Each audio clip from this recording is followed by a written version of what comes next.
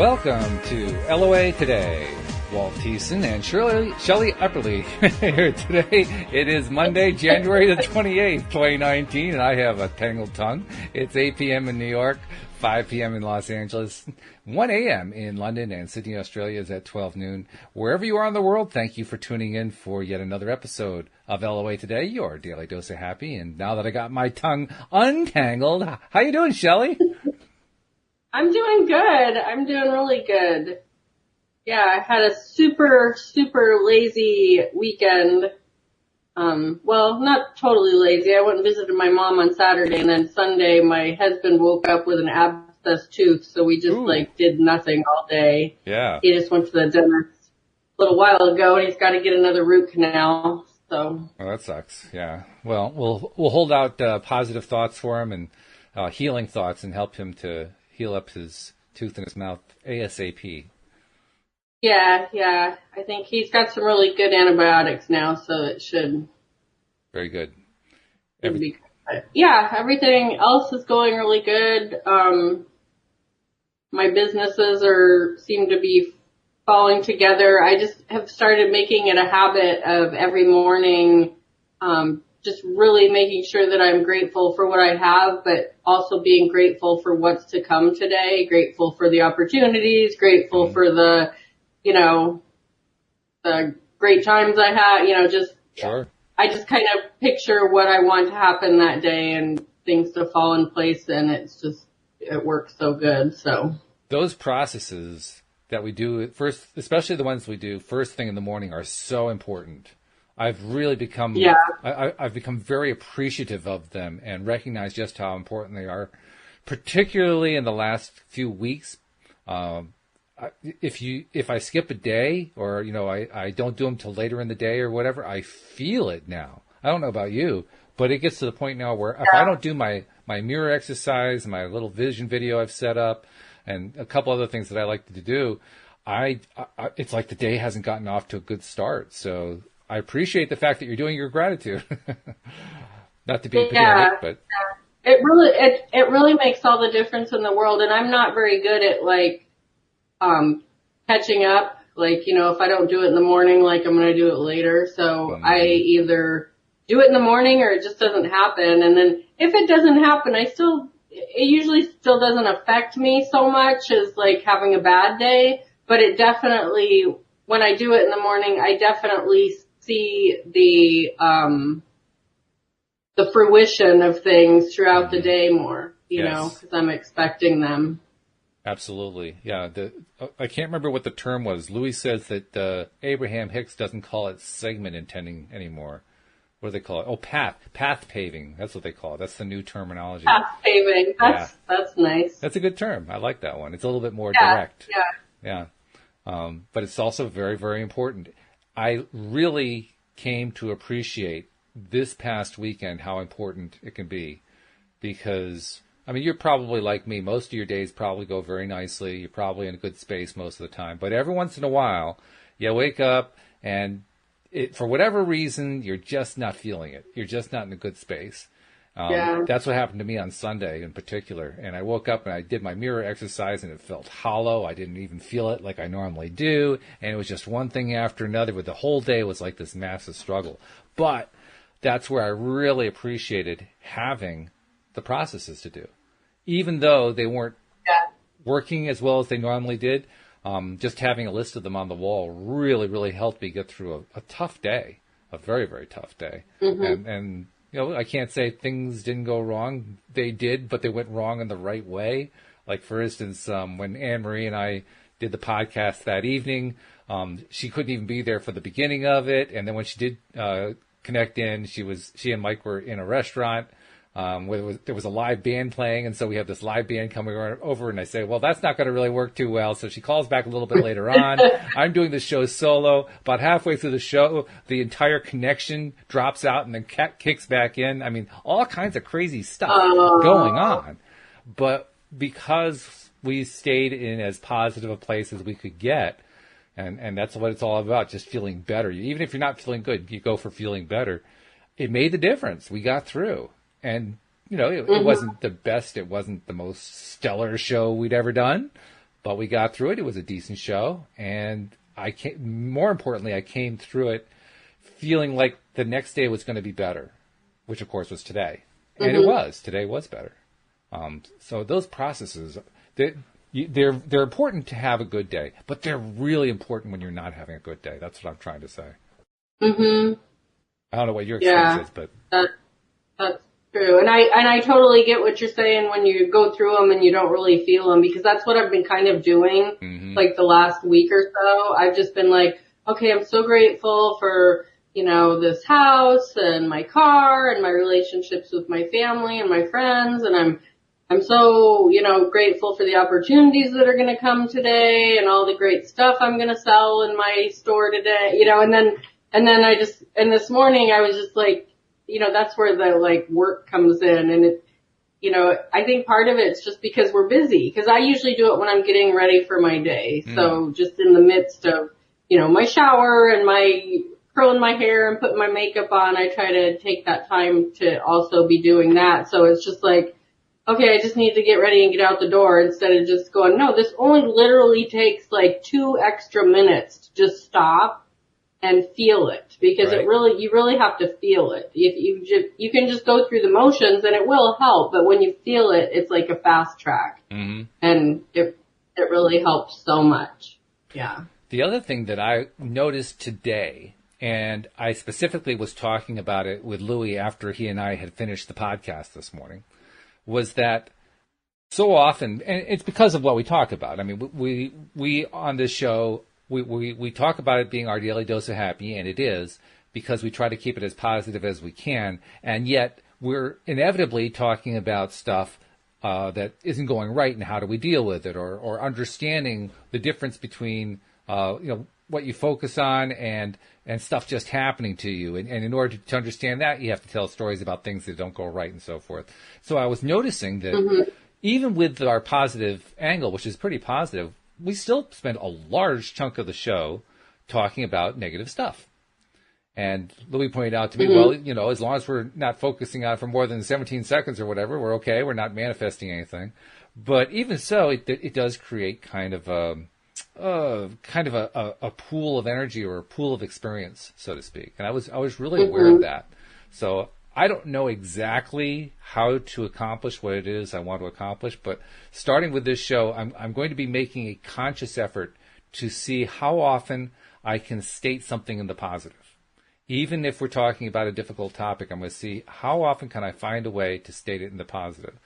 Because among other things, we live with a language, the English language, that is dominated by negative terms. There are far more negative words than there are positive words in the English language. I don't know if you ever noticed that. That bothered me very early on.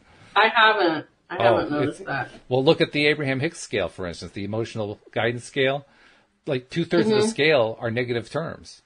Only about 1/3 is positive. That gives you an idea of what kind of ratio we're talking about.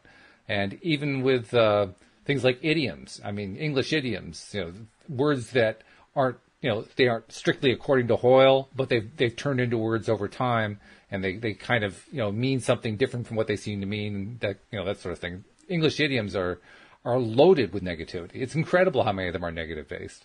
So it's the more I look at it, the more I realize just how big of a challenge it is. It's a big, big challenge. Can we find ways, no matter what we're talking about, to find the positive side?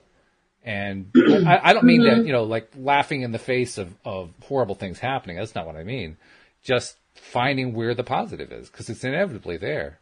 Well, even in the horrible things, like, just for instance, I was talking about the government shutdown, and they've started back up. But, there's a lot of people that didn't get those paychecks, that live paycheck to paycheck and were really struggling. Right. And so, that's all over the news, all these people and all their hardships and everything. But what I really heard was, just on Facebook alone, I saw many businesses, restaurants especially in my community, that were offering up meals. If you bring in your state, your state ID badge or whatever from your work, right, we'll give you a free burger and fries, or we'll give you a free box of food, or we'll give you a free couple gallons of gas or whatever. And I just thought, what you're talking about where you flip it, like you can take horrible situations like 9/11, and immediately there were stories about the heroes. Oh yeah.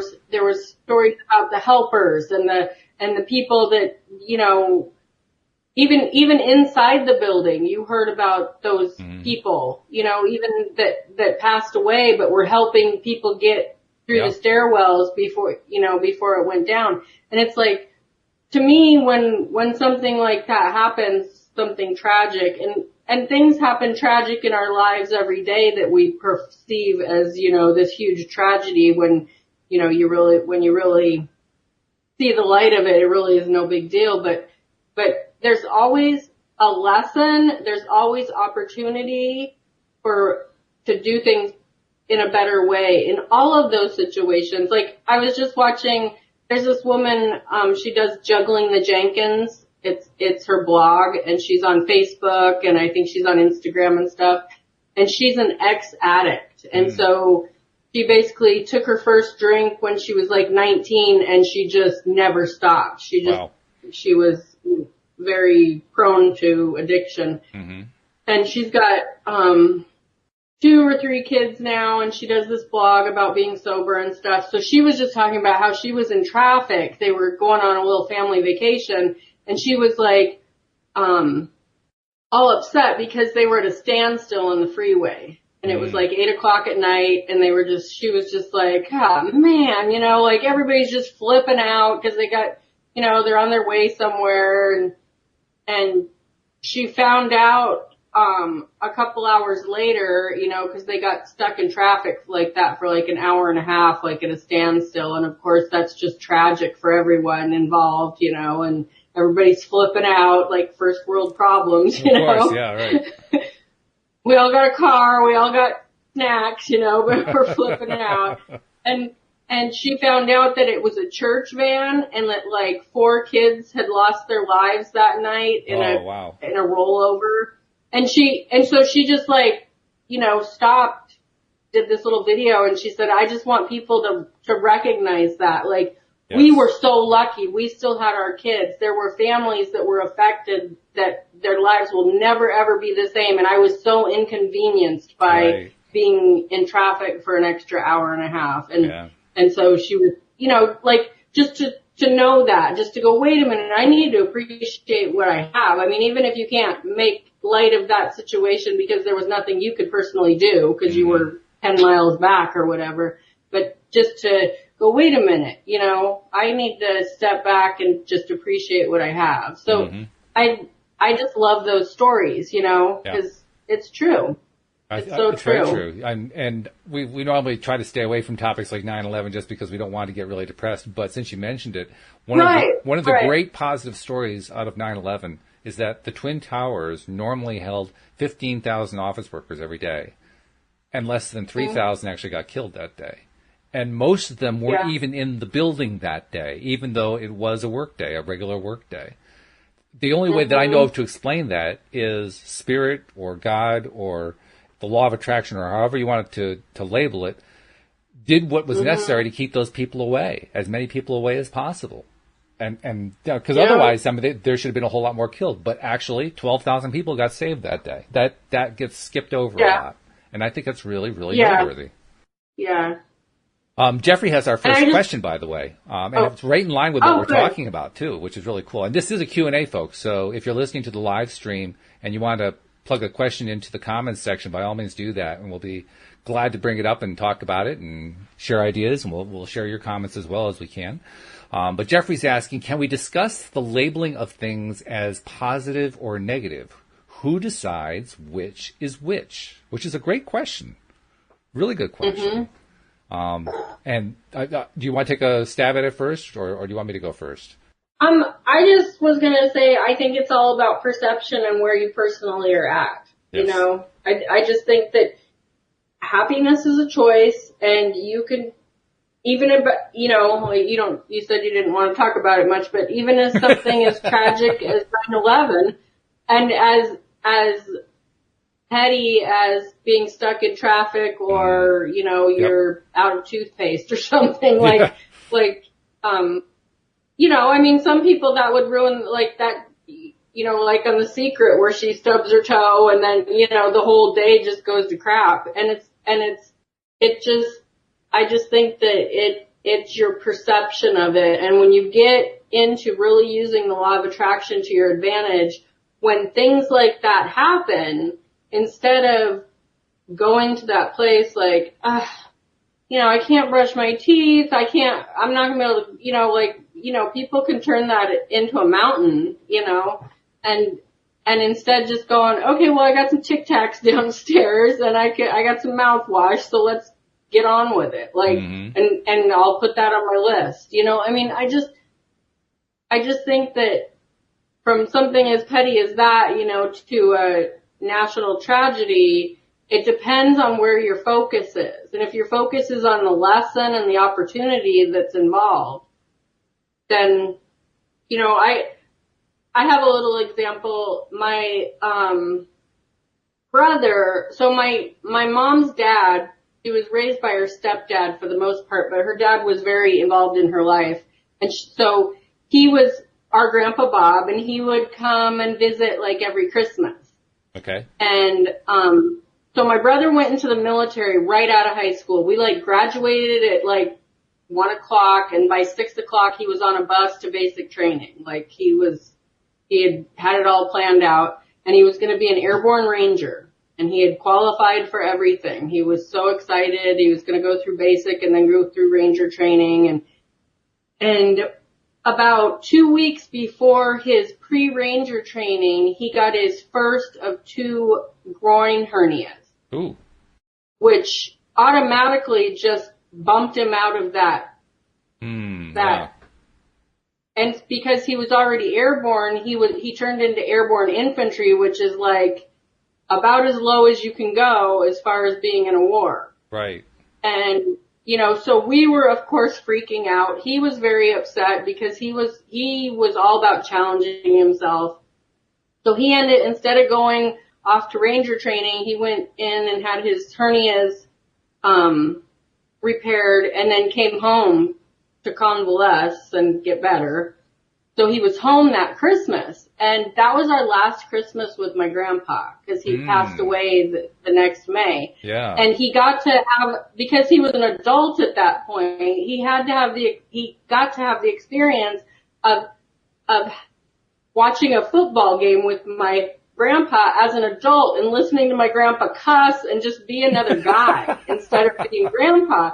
And that, I mean, it was just like this really important moment where he was like, that was really cool to experience my grandpa like that instead of as like a kid, you know? Right. And so I always said that was one of the big reasons that all fell into place, but it was tragic, you know, it was really hard, and it all ended up being great. And, you know, my brother never did go to war or anything, but yeah, it's just like interesting how those things happen. And I just remember even then, before I really had a grasp on the law of attraction and how it all worked, it was just like, oh, it made total sense. Like that happened so he could have this neat experience with grandpa that he would never have the chance to do again. And he probably wouldn't have ever seen my grandpa again. Right. Just because he wouldn't have been home for that. So, yeah.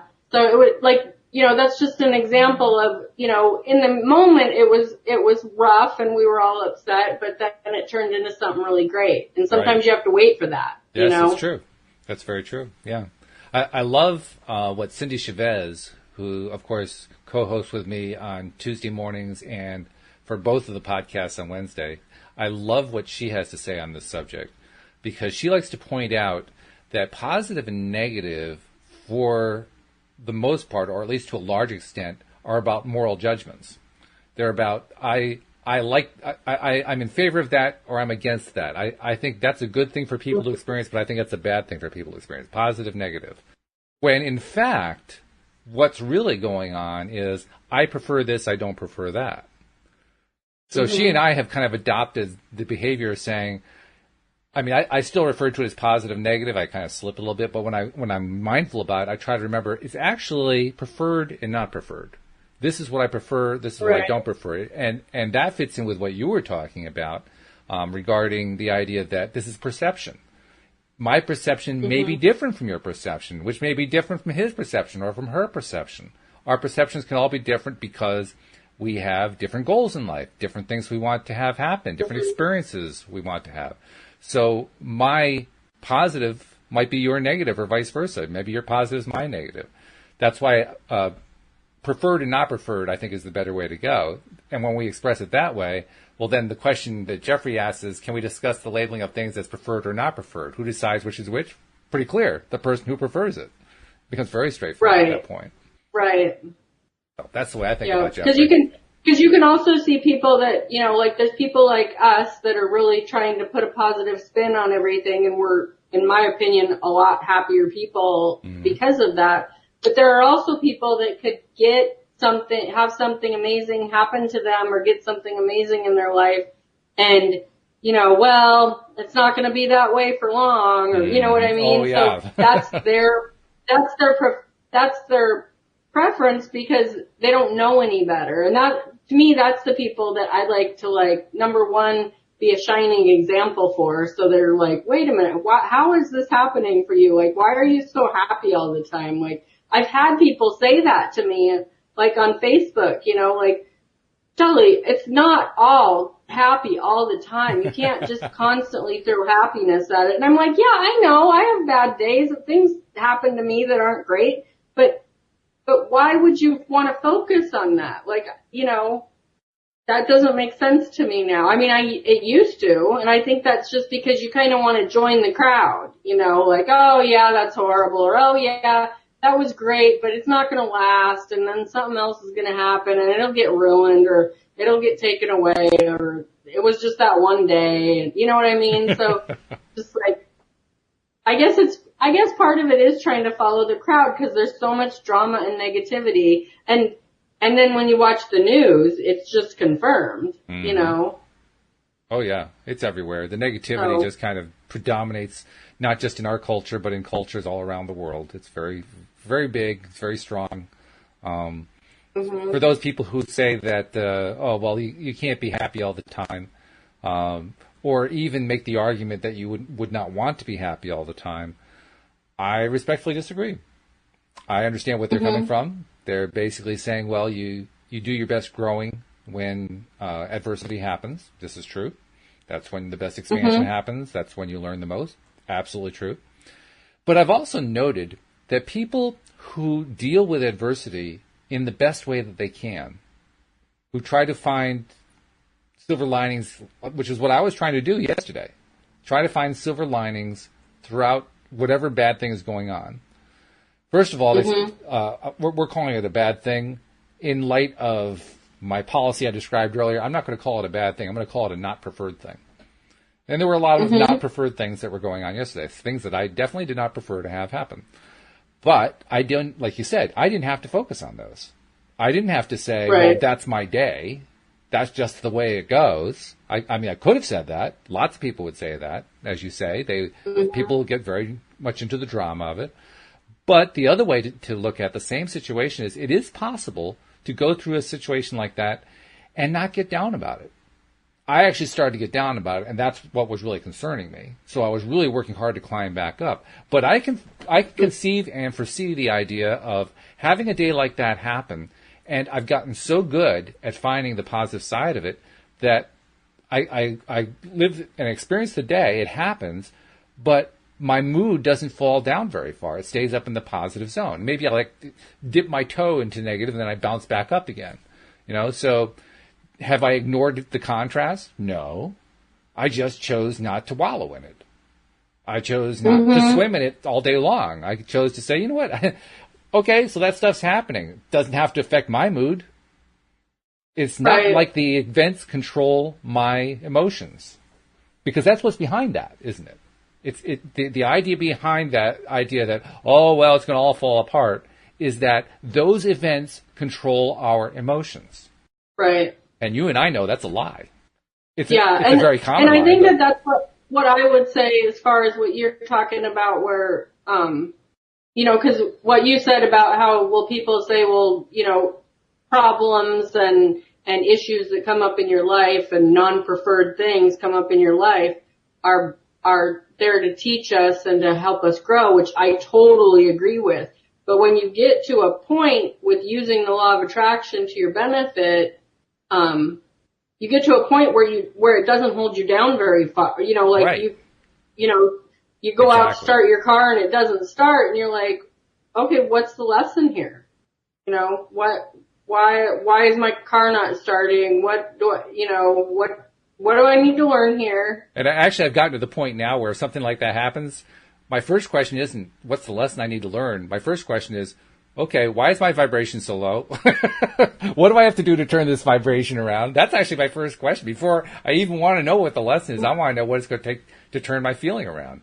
Yeah, I think, and that's another thing, like, for me, it is all about the lesson and you focus on your vibration, because I might have skipped out to the car and been all happy and ready to go and my vibration was fine, you know, but number one, what's the lesson? Like, what did I do to attract that? And then what is the solution? Like, I love being like solution based, you know, like people freak out about all these issues and political issues and life issues. And it's like, you're just spinning it's like being on a stationary bike. You're just pedaling and you're not going anywhere, nothing's happening. You're putting out all this energy for nothing. Like, what can you do to solve it? What can you do to be a part of the solution instead of just complaining and rolling around in it? You know, it's, you know, so like the whole, you know, car scenario, it's like go out to the car, it doesn't start. Even if my knee-jerk reaction is being upset and frustrated and irritated and throwing my arms up and I don't know what I'm going to do, that doesn't last very long. Where years ago, that would have been my week. Like, that wouldn't have been just my morning, or a couple 20 minutes. That would have been my week. You know, how are we going to do this? We can't afford it. I'm going to have to take you to work so I can have the car. The kids are going to have to ride the bus, you know, whatever it is, like, you know, it's just like the whole tragedy instead of it just like, oh, this is totally going to fix itself. And within a couple hours, boom, the car is running again, or there's an extra car, or you just figure it out. It's just, you know, that's where the law of attraction comes in, where you just go, it's going to end up better than I expect it to. And when you put that out there and have faith that it will, it does. You know, but you have to feel it and you have to really believe it, because people say, oh, well, I put that out there all the time. But do you really believe it? Do you really believe that it's going to end up better than you expected it to end up? Today I was I don't know. Yeah, right. That's usually the answer. Yeah, absolutely. I was driving to another town to run an errand and get some gas for the car and so forth. And as I'm driving along, I start running into red lights. And I like playing with red lights because they're a fun way to kind of do a quick test with law of attraction. You know, so I'm running into these red lights, and instantly my reaction is to check what my vibration was, to check how I'm feeling. And instantly I knew I wasn't feeling all that great. I wasn't feeling bad. You know, if I was that 22-point scale, I was like, you know, maybe 10, something like that. I wasn't in a bad place, but I wasn't in a good place either. And I recognized that, okay, well, I'm getting results that are based on where I'm feeling. Let's see if I can adjust that. Let's see if I can go for all green lights, you know. And so I would do various little processes as I'm driving along to try to improve the score, so to speak. And within seconds, I would get not all green lights, I'd get more green lights. Okay, so I'm saying, well, still not quite there yet. Got to work on this some more. And so I'd work on it some more. And I actually, during this trip, managed to get my mood to increase substantially on the scale to the point where I was getting green light after green light after green light.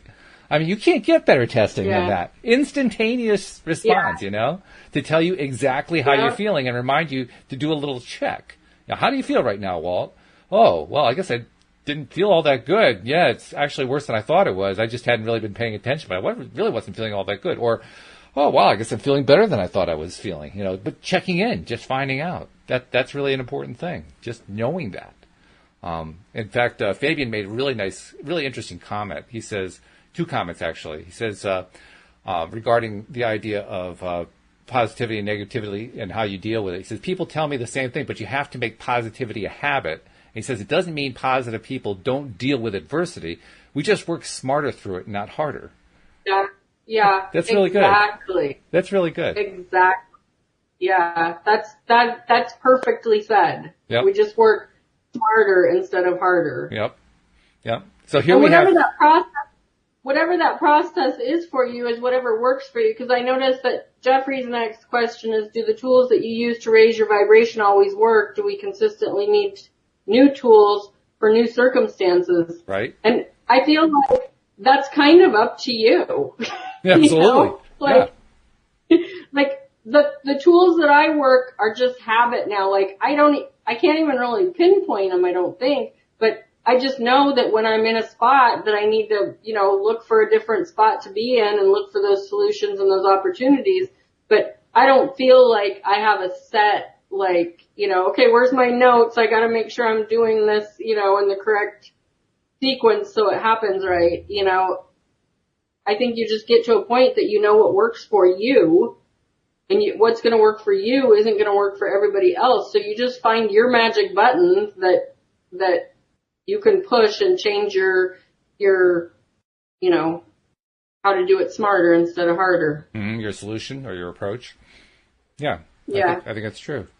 And actually, Amanda also followed up. I want to give my response to Jeffrey's question before going after Amanda's question, because Amanda's is really good. But Jeffrey, you were asking about the tools that you use to raise your vibration. Do they always work? Doesn't matter.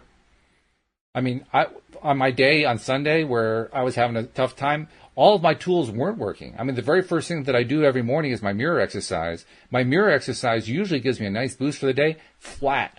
Nothing yesterday. I was done with it. I thought I was lying to myself. That's how bad it went. It just did not go well at all. Well, so what? I've got 16 other tools on my list. So if the first one didn't work, go to the next one. And that's what I did. I was going through, literally I had to go through 1, 2, 3, 4, 5, 6 of the tools that day, just trying to find a combination that would actually get me to where I needed to be. And the first 5 didn't work, but the 6th one did. The 6th one was actually my first one. It was probably one of the first ones I should have done. That's the one that I have the most success with. That's where I go take a walk and listen to positive music at the same time. And that combination actually gave me the pickup I was looking for. But the other tools weren't working. They just weren't working. And, so what? Okay, that one didn't work. I'll go on to the next one. It's like, there's always a bus every 3 minutes. I find that interesting that it's take a walk, because that's kind of like not necessarily taking a walk, but when someone's really frustrated with something and it's not working and they're pushing and pushing and pushing, that's what I always tell them is just walk away from it. Yeah, sometimes you just have to get away. Yeah. Yeah, just get it out of your head. And, I had that earlier with trying to bring up some travel stuff for somebody, and it was just it was just frustrating me and nothing was working, and I was just like, okay, time to get up and go do something else for a little while. And that's part of my a solution or whatever to get out of negativity is I have the freedom, which I'm so grateful for. I have the time freedom where I can just get up and walk away and go do a load of laundry or go, watch TV for a few minutes, or, I don't have to be doing what I'm doing right this minute. So that's nice. That is good. That is good. Now Amanda has a really good question, and it's a question that actually can be answered on a couple different levels. It can be answered just, on the surface what the question actually asks, but the tendency is also to answer it in terms of, well, how do we solve the problem? And that actually isn't what she asked, but let me read the question. She says, what happens when you believe and feel it, but your spouse is negative about the situation? And what she's asking is, what actually happens? So I'm going to answer that question first, and then we can talk about how do you fix it. But what's actually happening is, well, if you believe it and you're feeling it and your spouse isn't feeling it, you're on different vibrational levels. So you're actually not connecting. There's not a vibrational connection going on there. So as long as you stay on that positive level and your spouse stays on that negative level, nothing happens between the two of you. You're just not connecting. Now, the underlying question that I think most people think of when they see that is, well, how do you fix that situation? And that's a different question. I perceive it as something where I don't want to fix the situation. I said it that way kind of on purpose to give myself a way of saying no. But like when Louise, my wife, is just not feeling good, and I've come out doing a podcast, and I'm like psyched, I'm stoked, I'm feeling great, all this energy's flowing, and I go out to see her, and I can see she's like in the dumps. Well, if she asks, I'll tell her about how the podcast went, and she often does ask. But if she doesn't ask, I just simply try to be there for her while in my positive place. What I try to avoid doing is lowering myself to her place and say, oh, I feel so bad for you. That's the one thing I try to avoid more than anything else, because now I'm down at that same vibrational level. I can't help her at that level. I have no energy to give her when I'm in that low level. So I try to stay in that high level and then see if I can feed her that energy so she can kind of reach for it and have something to help pull herself up, so to speak. So, I mean, that's the approach that I use with her. But it's going to be different with every spousal combination. Now, every couple's going to have their own different dynamic, their own ways of dealing with stuff. And you have to kind of know, you and your spouse and your relationship, how you're going to handle that need. I mean, the overall pattern is you try to keep yourself in a high vibrational place. But the specifics of that are going to be different from one couple to the next. Yeah. I mean, what do you do? In that situation, I think that you can only be responsible for yourself. And my mom has a quote that she used to have on her refrigerator. She did it, in the little letters, like the kids, the little colored letters that you have when your kids are little and you have them on the fridge. Yeah. And it said, you can, and I don't remember who the quote was by, but it was, you can either be a shining example or a terrible warning. And so, yes. and so I always say to people that are, to me, maybe one of Amanda's questions is like, if she believes in the law of attraction and making it work for the best, to her advantage, and her spouse is like, I don't believe in that crap, just do your thing and be a shining example. And when things start falling into place for you and he's going, how did that work? How did you make that happen? I mean, to me, that's the biggest thing here. Like when I first watched The Secret, I wanted to shout it from the mountaintops, I just wanted to share it with everybody, and not everybody is there, and that's okay. That's where the allowing comes in, where you just have to allow everybody to be on their own path with this. Because I think that I know so much more than I did just a couple years ago about it, and I was preaching it then like I knew everything, you know what I mean? So it's just like, you're just gonna keep being at better and higher levels with yourself and on your journey with this, and you can try to drag a few people along with you, and your spouse is an important person to try to drag with you because you want them to be just as happy and excited about it as you are. But it doesn't always happen that way. I mean, I was pretty lucky. I think you're probably pretty lucky with your wife. I think she's pretty on board with all of this. And I was too with my husband. He's, there was parts of him that was like, I don't know about that. But, and then we started practicing it and things just started falling together. It was like, whoa, this is amazing, and I just think that you just have to be a shining example is, and that can be hard when you're in a relation, like a husband, wife, boyfriend, girlfriend relationship, because that person is right there all the time and can be trying to bring you down, because that's where, and they're not doing it because they don't want you to be happy. They're doing it because they think that it's a bunch of gibberish, you know? They don't get it. Or they may not even be thinking at all, just that this is the way I feel, and I want you to feel the way I feel. It could be just as simple as that. Yeah. Yeah. That's why I said it really does depend on the couple and what their relationship is right. like.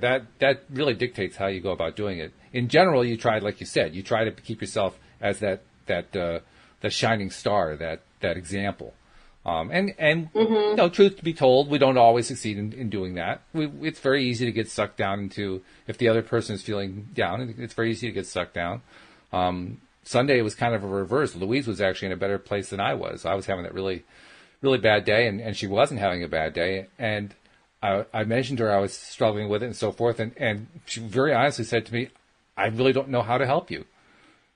And that was actually an excellent answer, because there's really no way for her to help me other than to just stay in her high vibrational place. That was really the only solution. But she felt a little helpless because she couldn't really do anything, but she had to be very honest and say that's where it is right now. By the way, you get that kind of honesty when you're married to a psychotherapist. Louise, I don't know if you knew that.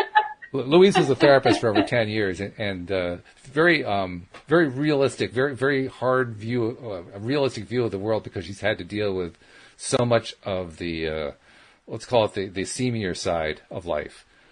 And it gives you a certain perspective. But on the other hand, like you say, she's really bought into the whole concept and likes the idea of the law of attraction.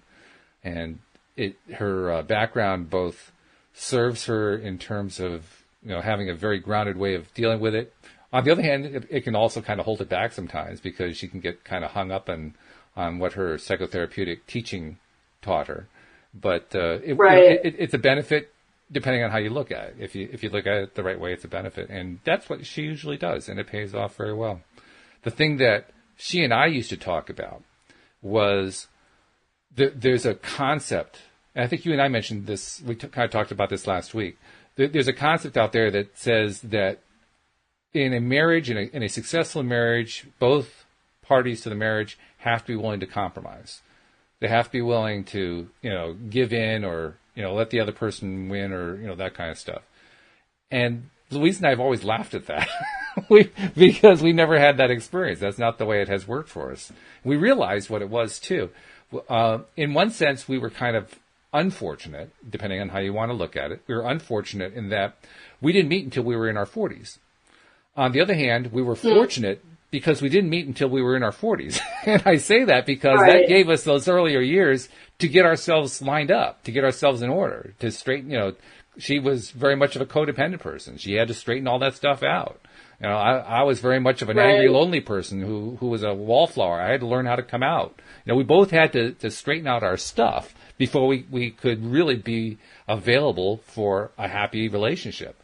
We did that. We met, and it just flowed. There was, do we have to compromise? It's very rare for us to actually have to compromise. Occasionally, very, very rarely, but most of the time, it comes down to one of us wanting to do X more than the other person wants to do Y. And so the person who wants to do Y says, I don't really care about that much. Let's go do X. That's fine. No big deal. Or planning, how do you want the next vacation to work out? Or what do you want to do with the business or whatever? We rarely disagree. That's what's so amazing about it. It's either, one person has the stronger feeling, the stronger sense of it, the stronger idea, and the other one says, yeah, that sounds good. Let's go with that. Compromise is almost never a part of it. That's really awesome, because I look at my marriage, because I've been married, we've been together for 25 years, married for 23, and, the first 18 years of that was a rough road, and there were times when we almost were done with each other, and for all different reasons, and that thing, we stayed together for the kids. There was a couple times where we literally did. It was just like, okay, well, we really need to work this out because, the kids deserve to have us both, and neither one of us, I don't know. It wasn't like we hated each other. It just wasn't working, and we were just done with each other, for different reasons or whatever. And we ended up sticking it out. And, now I'm so glad. But what you say about being in your 40s, I feel like I didn't even start gaining wisdom in my life until the rest of it was just all experience. And then you hit 40 and it's like wisdom shows up and you're like, oh, okay. I was excited to turn, all my friends around me were just like, oh, I'm going to be 40. It's horrible. I'm so old. And I'm just, and even now when I see posts on Facebook, oh, I'm so old. I remember rotary phones. And I'm like, I'm not old. Speak for yourself. My grandma who was in her 90s was old. I'm in my 40s. That's not old. like, life is just getting going. Like, this is a blast. Like, you know, like, I envy that. That would be so great to just meet up in your 40s and just be able to connect so well. You know, like, we have an amazing history together, and I appreciate that so much, and we know so much about each other and stuff, but yeah, it was a struggle. And when you're talking about compromise, you know, we both compromised and then resented because of our compromises, you know, for different reasons. And, you know, we've gotten past all of that beautifully, which is awesome. But yeah, what a blessing for you to. Well, I suspect too that you and Scott, as you were starting young and then developing, you were probably having to go through your personal development lessons while you were married, and that's why you were running into all these things, you know. And once you actually got through the most important ones, the ones that helped you achieve your individual balances, then everything straightened out, and you were able to focus on the positives. You were able to focus on the things that were good because you had gotten yourself into alignment. Pretty cool, actually. You can do that. I look at our wedding pictures and I'm like, wow, we just had no clue. Like, what were we had no business getting married when we were at that time. But we did, and then I look at, like, you know, my kids and their friends, and they're starting to, you know, Madison's 21, so she's got friends that are starting to have babies and getting married and stuff, and it's just like, what are you doing? Like, you were just in high school 2 weeks ago. What are you doing starting a family? Are you crazy? You know, but you know, it's so interesting, the different perspective when you're in the middle of it and you're in your 20s and you think you got it all figured out, and you know, and then when your kids are in that space and you're just like, wow, you guys don't have a clue what you're doing. You know, like my daughter, her and her boyfriend, you know, they're going through issues that you go through when you first move in together and first, you know, and, you know, I'm trying to solve it all, and I'm just like, I gotta stop. She's gotta go through all of this Absolutely. stuff. Yeah. Figure it all out. And she's gonna be crying part of the time, and she's gonna be laughing part of the time, and, you know. And by the way, that's love. What you just described, that what you're willing to do for her, that's real love. That's the true kind.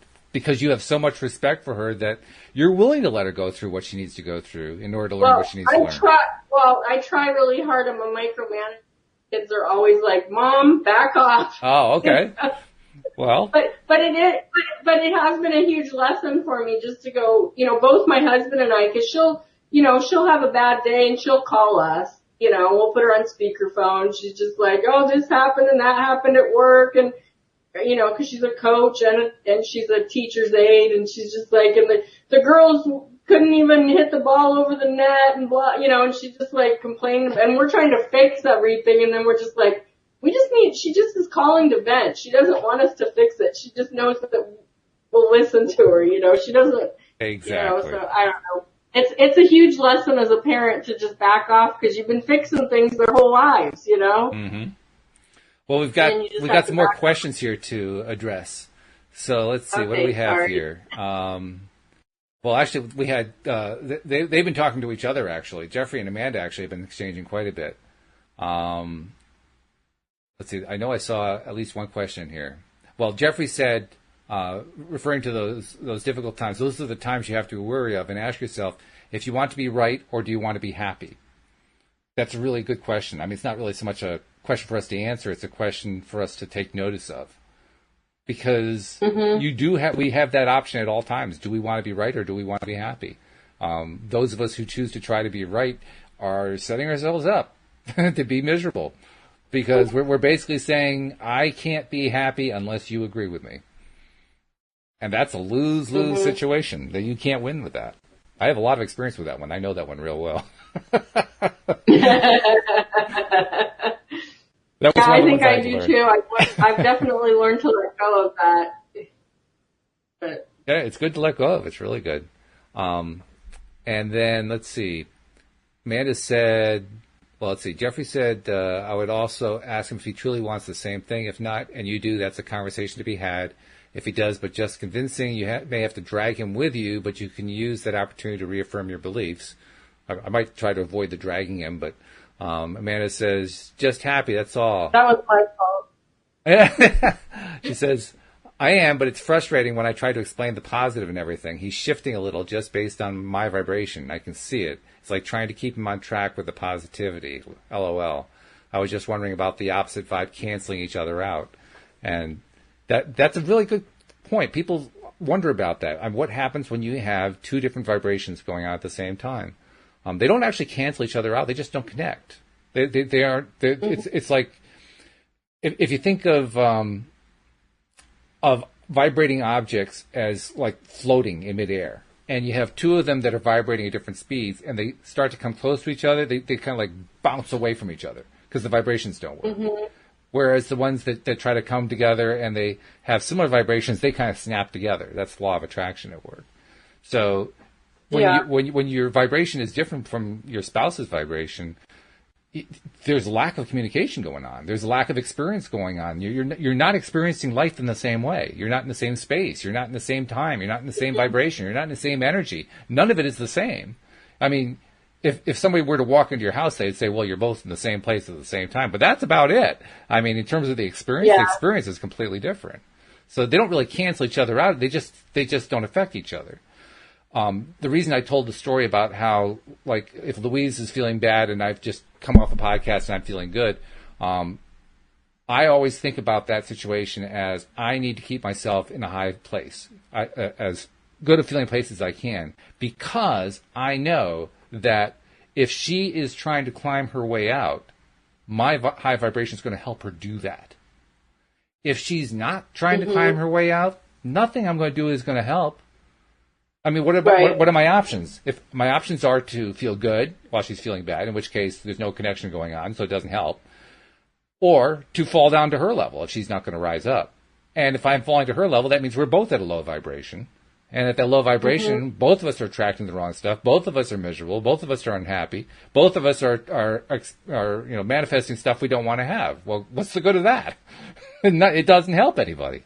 So, like you say, you got to stay at that high vibration. That's you can't fix it for them, but you can set that shining star example so that when they're ready to climb up, it's easier, because it really is easier to have somebody up there already feeling good when you're trying to climb up there. It is a lot easier.